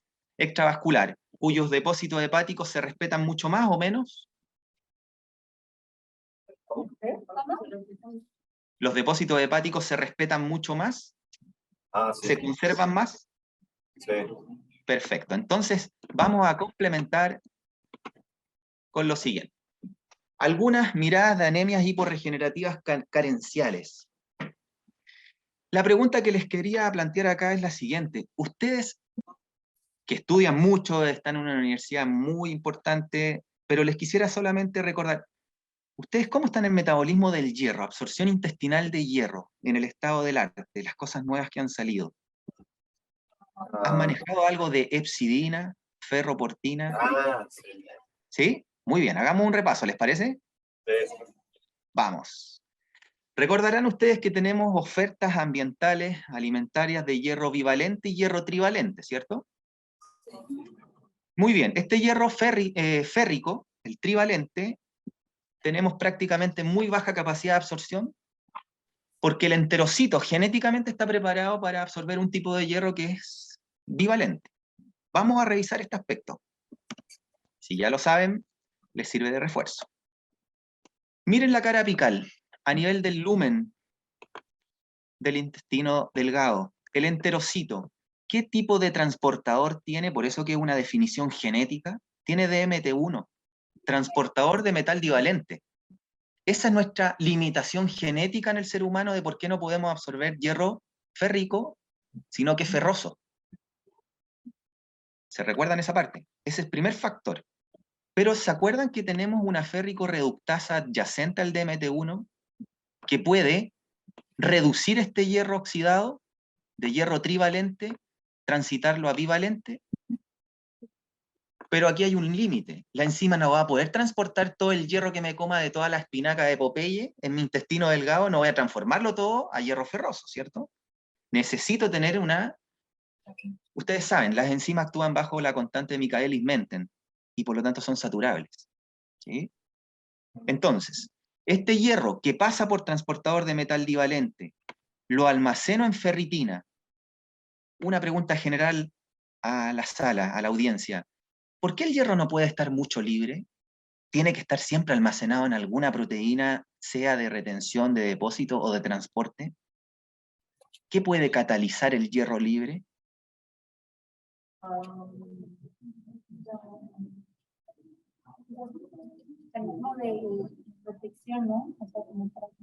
¿Qué les parece si les anoto yo acá un nombre? Puede realizar una excesiva reacción de Fenton. Y por lo tanto, si hace una excesiva reacción de Fenton, estoy generando muchos radicales libres. Entonces, puedo pasar a un estatus de estado normóxico, pasar a una situación de estrés oxidativo y envejecimiento acelerado y daño. Muy bien. Ese hierro entonces pasa por la cara vasolateral en forma ferrosa. Esta es la ferroportina. La ferroportina no está anotado en el slide. Y esa ferroportina transporta bivalente en la vasolateral. Pero la proteína transferrina no une hierro bivalente, sino que la transferrina une hierro en forma oxidada, en forma trivalente. Y aquí viene un detalle, por favor, que en el estado del arte es importante incorporar. La vida media de esta ferroportina en vasolateral es dependiente de una hormona que se conoce hoy en día, que es la efaestina de origen hepático. ¿La conocen? No es la efectina. No, no es. O sea, perdón, efaestina con epsidina. Disculpen. Ahí está la efaestina con epsidina. Esa epsidina de origen hepático, ¿me podrían dar ustedes qué estímulo incrementa sus niveles? Y se genera el secuestro, se internaliza ferroportina vía epsidina.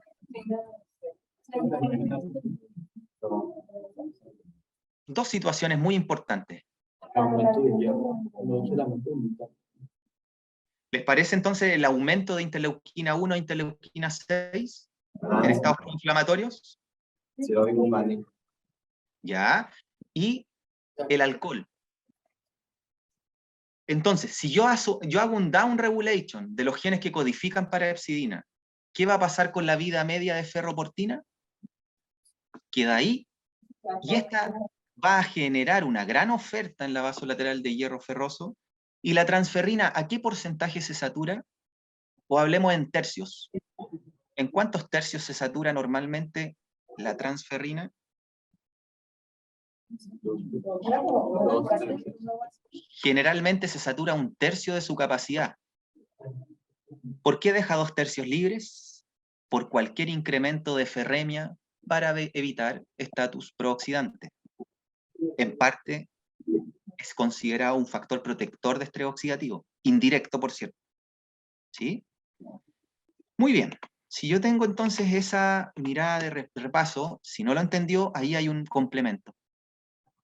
DMT1, la efaestina que permite, obviamente, de reducido pasarlo a oxidado, la efaestina, pero la epsidina como hormona importante de origen hepático, tiene algo que decir. Ahí está la revista, en la revista Gastroenterología en el año 2009. Está un poquito lejano el estado del arte, pero uno empieza a revisar los últimos 5 años y no ha variado muchísimo. ¿Y qué estatus? Entonces, veamos una situación de una mujer embarazada con riesgo social, con abuso de drogas y dentro de ellas con abuso de alcohol. ¿Qué va a pasar en esta situación? Imaginémonos una situación de embarazo en vulneración social, aislamiento social, con problemas de salud mental. Va a incrementar los niveles de oferta de ferroportina en vasolateral y por lo tanto, ¿qué va a ocurrir? Si la función normal era internalizar hepcidina, con vía hepcidina internalizar ferroportina, va a aumentar esta vía media y por lo tanto puede exponer al binomio a una situación de más estatus oxidativo. ¿Bien? En síntesis, teniendo entonces el estatus oxidativo presente que puede verse incrementado, no hay que verlo como todo negativo en el estrés oxidativo. ¿Ustedes me podrían decir qué mecanismos endógenos dispone el cuerpo humano para hacer antioxidantes, efectos antioxidantes? Mecanismos endógenos. De origen hepático, por ejemplo. ¿Quién me colabora? Muy bien, el glutatión reducido, el GSH, felicitaciones. Y ese glutatión reducido es muy relevante reutilizarlo porque yo cuando uso el glutatión reducido, ¿a qué paso? A GSSG. Glutatión reducido pasa oxidado, ¿se recuerdan? Pero ustedes tienen que recordar sus aspectos bioquímicos. ¿Se acuerdan la vía de las pentosas fosfato? Además de obtener las pentosas, ¿qué obtengo? NADPH. Y ese NADPH bioquímica, ¿qué me permite reutilizar? Glutatión oxidado, llevarlo a reducido, y así el hepatocito compensa. Por favor, les pido una retroalimentación. ¿Cómo van hasta acá? Bien. No nos queda mucho. No les voy a quitar más de su tiempo ni aburrirles, ¿ya? Vamos a ir viendo algunas imágenes y los aspectos de microcitosis. Miren en este frotis. Glóbulos rojos más pequeños, más pálidos. Son indicativos de anemias ferroprivas y estas anemias carenciales.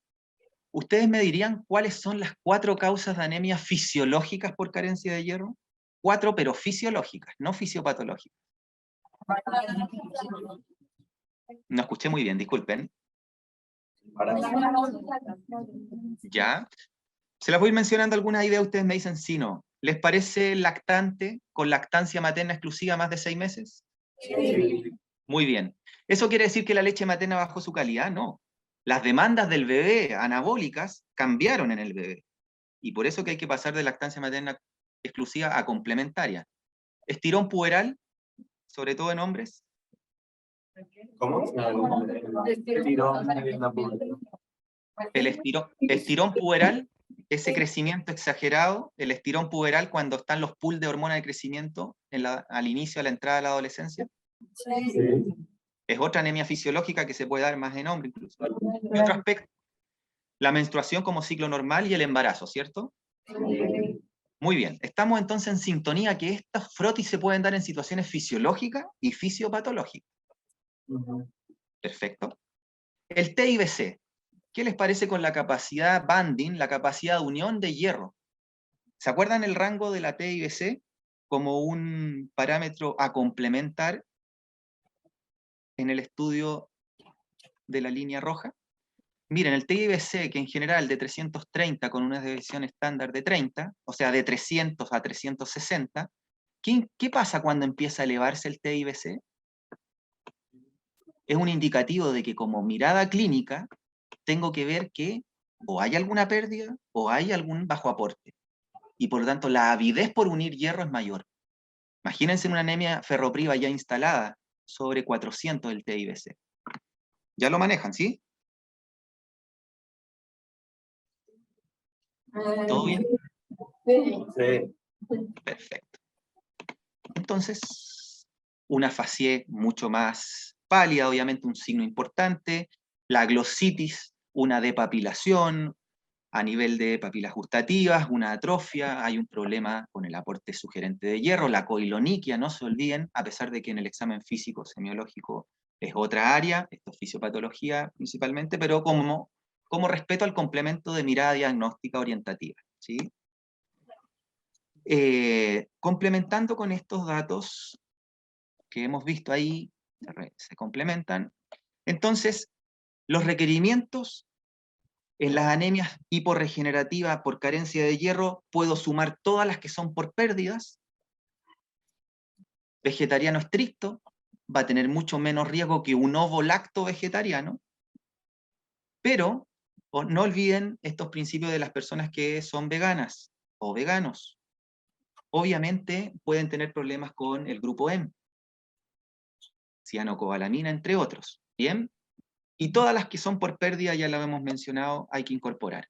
Complementamos los pólipos intestinales, el CA de colon, las enfermedades inflamatorias intestinales, algunas enfermedades como Crohn, algunas colitis ulcerativas también, ¿sí? Entre otras pérdidas ginecológicas, o la menometrorragia dentro del ciclo, o la metrorragia en cualquier sangramiento fuera de ciclo.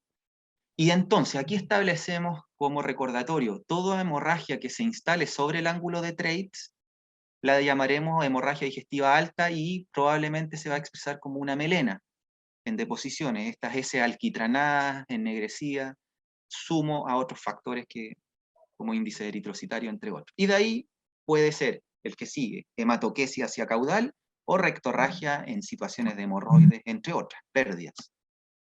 En la inflamación, ¿qué nos dice el estado del arte? Aquí hay una publicación del año 2017, y ahí complementamos lo que ustedes ya sabían de las interleuquinas, por ejemplo, que pueden inhibir la producción de EPO renal, pueden inhibir la proliferación eritroide, pueden aumentar la actividad de los macrófagos,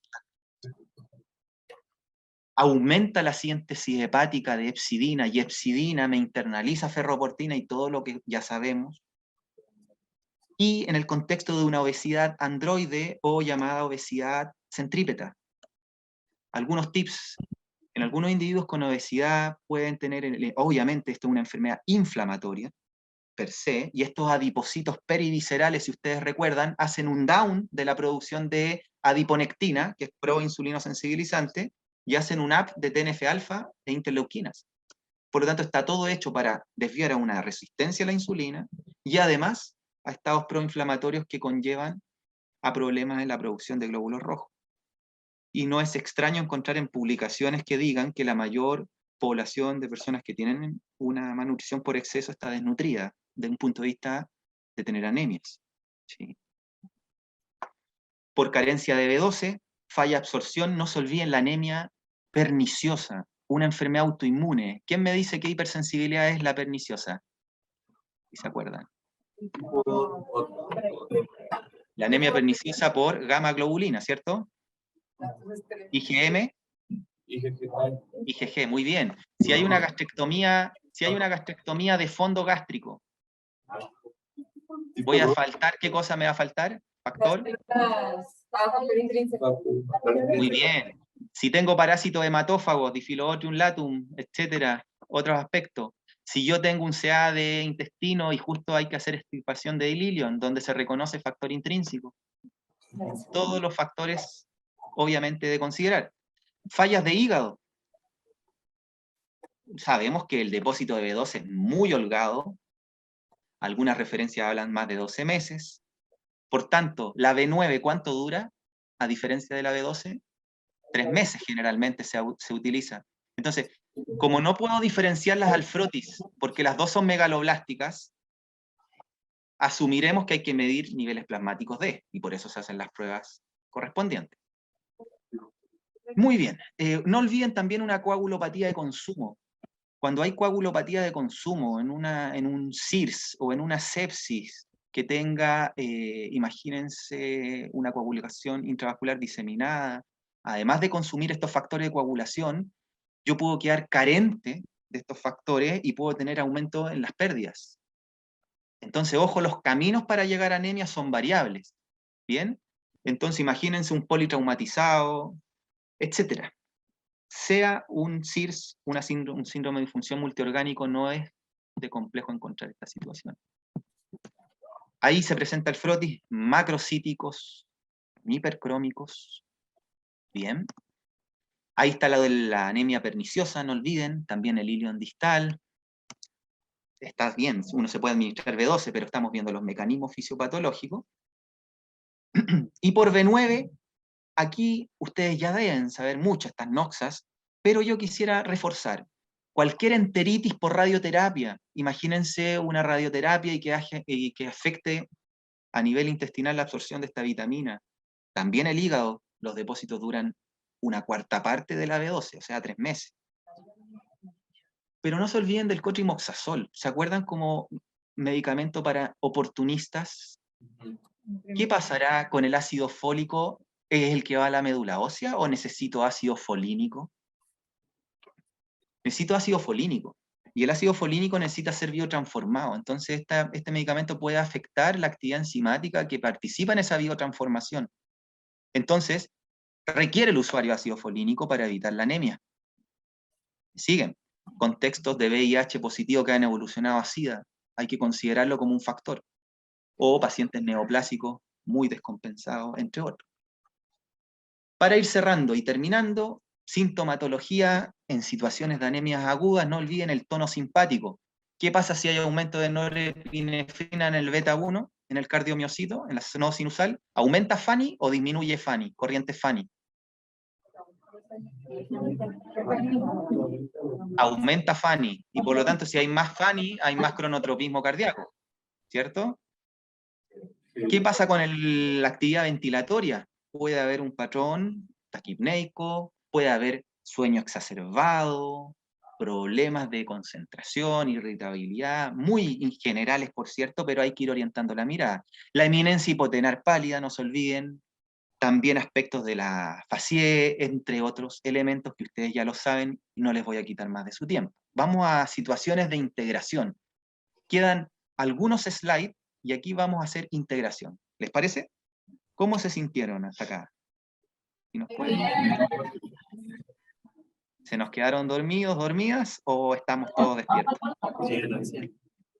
Genial. Entonces, junto al doctor Costa, vamos a hacer la integración de nuestra presentación este día, y dice situaciones clínicas. Le vamos a plantear algunas situaciones, y ustedes ojalá puedan participar lo más posible. ¿Bien? Doctor Sí. Costa, por favor, si está ahí, pasamos Sí, entonces... estamos aquí presentes. Bien. Puede Voy ir a avanzar con la avanzando, primera. por favor. Bueno, Primera situación.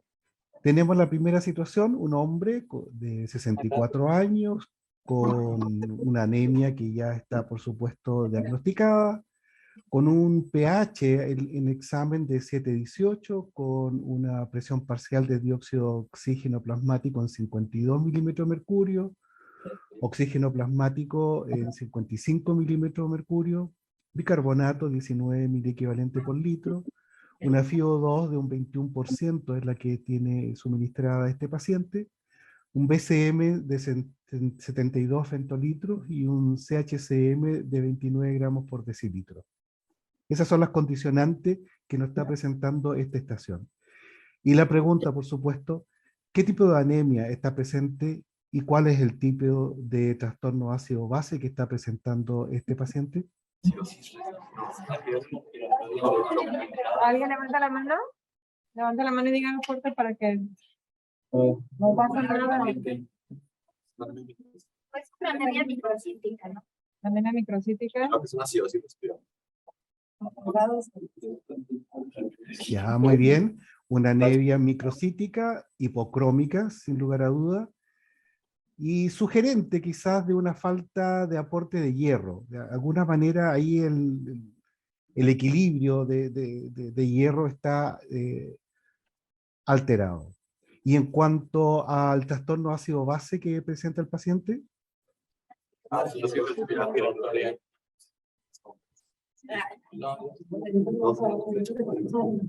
Sí, porque el bicarbonato no ha subido.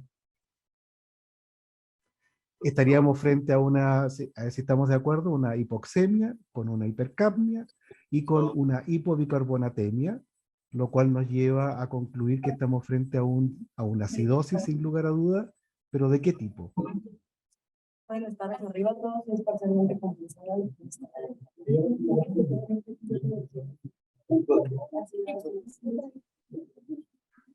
Estaríamos frente a una acidosis de tipo mixta.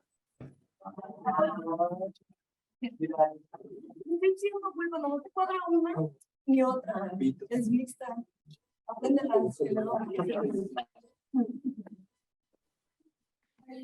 No, no ¿Me escuché permite, muy doctor, bien. un Sí, es que complemento? no escuché el argumento. Ahí, como bien dice el doctor Costa, es mixta porque hay dos trastornos primarios que operan en forma independiente. ¿Sí? Entonces ustedes ahí, como bien decía el doctor, es mixto porque hay dos trastornos primarios en sí. ¿Sí? Vamos con la segunda, ¿le parece, doctor? Perfecto. Vamos con Bien. la segunda.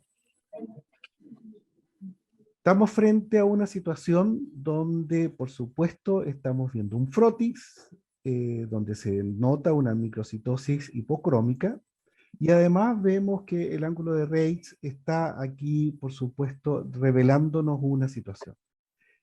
Por tanto, definamos el tipo de anemia por pérdida que tiene un origen sobre el ángulo de Reitz, y quisiéramos que nos pudieran indicar dos noxas como ejemplo de esta situación. Úlcera gástrica. Una úlcera por Helicobacter y ¿De acuerdo? Úlceras gástricas o duodenales, un esófago de Barrett, todo eso me podrían dar esta manifestación. Y que vamos a estar frente a una microcitosis e hipocromía que sin lugar a duda tiene un tiempo de instalación. ¿Cuánto tiempo debiésemos suponer que tiene esta situación instalada el paciente? Lo más probable que 3 meses, muy bien, en que se han ido depletando en hígado las reservas tanto de hierro como de ácido fólico. Perfecto. Ahora sí, Ahí, ahora doctor, sí escuché. sí. Ahí le estoy escribiendo algo en el slide abajo, a ver si pueden responder las y los estudiantes. ¿Cómo va a estar el TIBC?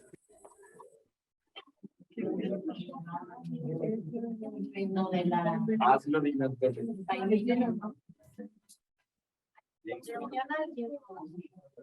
¿Va a estar a tendencia al alza o a la baja? ¿O a la mantención? Hacia arriba. Muy bien. Muy bien. Doctor, vamos con la tercera. Vamos con la tercera. En la tercera estación tenemos una situación donde debemos interpretar y describir, por supuesto, detalladamente esta imagen donde hay un paciente con un daño de célula parietal gástrica que me está dando la imagen de tipo megaloblástica. Por tanto, estamos en presencia de ¿qué tipo de afección?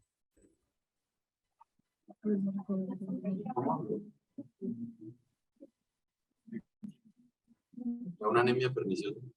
Es una Muy bien. anemia perniciosa, muy bien. ¿De qué tipo? Por deficiencia de factor intrínseco. Mm, ¿Sí? ¿Qué tipo de hipersensibilidad? ¿Es de tipo autoinmune? ¿De tipo?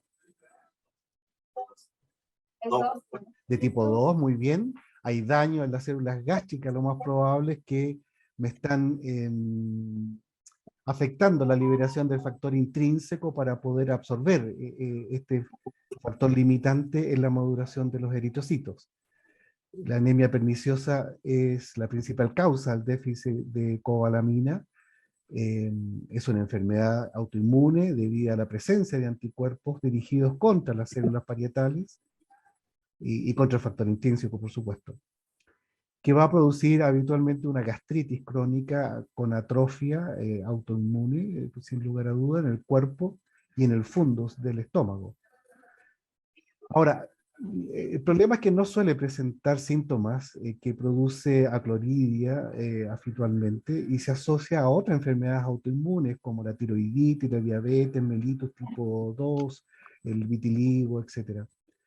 Otras causas de este déficit son las dietas vegetarianas, como ya lo había mencionado estricta el doctor Rivero, o la resección total o parcial del estómago, pancreatitis crónica, enfermedades con afección de la pared intestinal, como enfermedad de Crohn, celíacos, etc. Bastante amplia las posibilidades de encontrar aquí un factor etiológico. Incluso algunos fármacos, algunos tan habituales como la metformina o algún secuestrante como la colesterimina, son también inductores de esta afección. No sé si algún comentario adicional pudiéramos hacer en este caso en particular. Todo bien. El embarazo también, por supuesto, aquí también puede tener necesidades aumentadas y también pudiera dar algo de esta sintomatología. Muy bien, ¿cómo están hasta acá? Vamos a pasar a la siguiente situación, donde ustedes ojalá puedan opinar lo que más les permita y que se escuche, que nos escuchemos. Dice, interprete y describa detalladamente 3 noxas posibles, 3 causas de una situación de anemia en insuficientes renales crónicos. Bien. Sabemos que insuficiencia renal crónica estamos viendo en general un usuario que tiene una velocidad de filtrado glomerular bajo 60 ml/min por 3 meses o más, que puede tener distintos contextos. Pero, ¿se acuerdan que hablamos en la presentación, en algunos slides, algunos tips? Imaginémonos que aquí no nos sirve la carencia de EPO como respuesta. Veamos otras alternativas.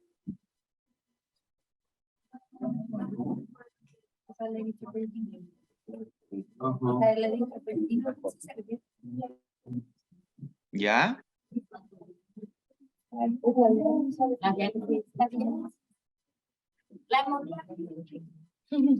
Perfecto. Entonces, este usuario con insuficiencia renal crónica puede tener anemias por pérdidas, puede tener anemias hiporregenerativas, puede tener anemias hemolíticas, puede hacer la tríada, ¿cierto? Muy bien. Por ejemplo, si vamos a la situación final, situación clínica final, y vamos a mezclar de distintos aspectos, distintos sistemas, ¿bien? Ahí logro leer bien. Tenemos un usuario de 45 años de edad, sobreviviente de accidente automovilístico y presenta una neumonía, una evaluación Q-SOFA, el Quick-SOFA, y tiene un hemocultivo positivo. Recordar que el Quick-SOFA nos evalúa la actividad del sistema ventilatorio vía frecuencia respiratoria, el corte está en 22 hacia arriba. No olvidar también el aspecto neurológico por escala de Glasgow, respuesta ocular, verbal y motora. ¿Y qué otro factor más evalúa el Quick-SOFA? El sistema cardiovascular con la PAM, ¿cierto? O tensión arterial media, ¿sí? Bien. Entonces, si tiene esos scores y el hemocultivo está positivo, vamos con los exámenes. Tiene un pH de 7,35, una oxemia en 82 milímetros de mercurio, una capnia de 39 milímetros de mercurio, está saturando al 97%. Bicarbonato de 22 mil equivalentes litros, está con una natremia de 145 mil equivalentes litros, cloremia 102 y calemia de 4,2 mil equivalentes litros. Su glicemia es 119 mgdl y la PCR, proteína C reactiva, de 1,6. ¿Qué planteamos acá? Que hay una evolución en los elementos formes de su sangre que se presentan ahí. Hizo una leucocitosis importante el 6 de febrero con 31.600 blancos, de los cuales son mayoritariamente segmentados, no son encallados, son neutrófilos segmentados, y un hematocrito de 29% y una hemoglobina de 10,2. ¿Qué tenemos entonces hasta acá? ¿Ustedes qué dirían con sus palabras? Tenemos una anemia que en este caso no hay mayores datos para decir su noxa, pero podemos inferir algo. Si hay una leucocitosis, una neutrofilia y una linfopenia relativa, ¿qué está haciendo la médula? ¿Qué está haciendo la stem cells? Está haciendo frente a una situación aguda que necesita más linaje blanco y que puede haber una caída en la producción de la línea eritroide. Circunstancial. ¿Me siguen? ¿Les parece adecuado o lo repito? ¿Se escuchó? Perfecto. Pero fíjense que esta persona va a recibir tratamiento, va a recibir antibióticos, entre otros elementos, y imaginémonos al día siguiente 14.200, después evoluciona a 17.700, hasta, imagínense, ya 9 días después, al 15 de febrero, 10.900, o sea, está casi normal los blancos. Pero ¿qué pasó? Cayeron los segmentados, obviamente, que son prácticamente los primordiales, en este caso una infección sugerentemente bacteriana, obviamente. Pero ¿qué pasa con la línea roja? Fíjense cómo empezó a elevar de 29 y 10,2 gramos de decilitro de hemoglobina, subió a 13 y a 39,2 en 9 días. Quiere decir que la médula ósea, ¿qué tenía? Tenía una buena carga, la hemosiderina, una buena carga de hierro en fracción insoluble, había una buena oferta de aminoácidos, había una oferta de cobre, había una oferta de hierro hemínico. Este contexto, imagínense ahí está en decúbito prono el paciente, ¿cierto? Ya. Si yo tengo una neumonía que está haciendo ocupación de las bases pulmonares, imaginémonos, ¿cómo está la relación BQ? ¿Va a tender a 0 o a infinito en este paciente? Tiende a 0. Y si tiende a 0 y trata de compensar, ¿cómo justificamos en gasometría en este paciente esa capnia? Cambio de color. ¿Qué es lo que está haciendo? Está hiperventilando, ¿cierto? ¿O está normoventilando? Está normo. Entonces, ¿qué quiere decir en este momento dado? ¿Quién difunde más el CO2 o el oxígeno en la barrera hematogaseosa? CO2, ¿cuántas veces más? La relación es 1 a 20, ¿cierto? Entonces, si yo tengo que ver ese contexto, este proceso ha ido evolucionando de tal forma que ha conservado electrolitos plasmáticos por un lado, por lo tanto problemas de arritmia en este momento en particular con esa calemia probablemente no va a ocurrir.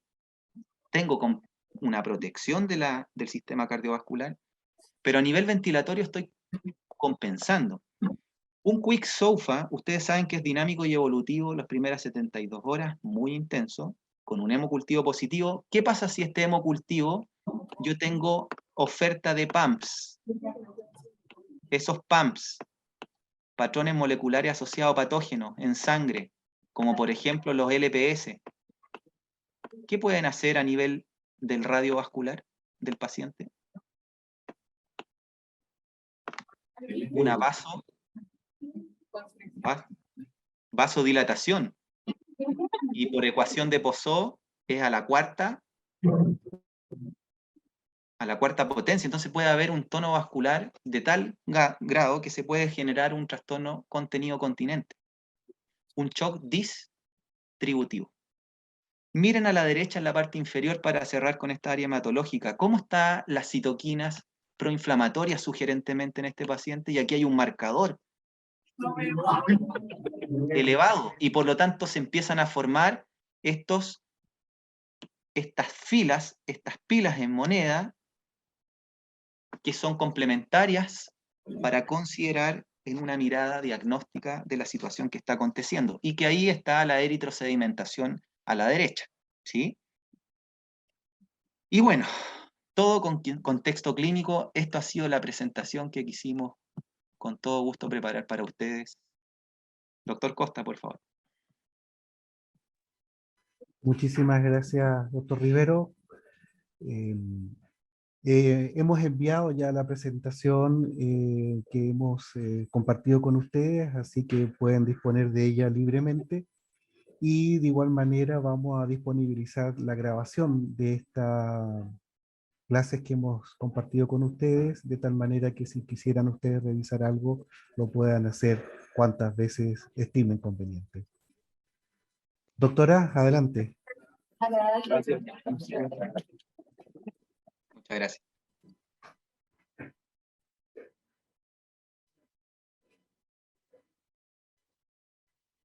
Parece que están silenciados. Sí, sí.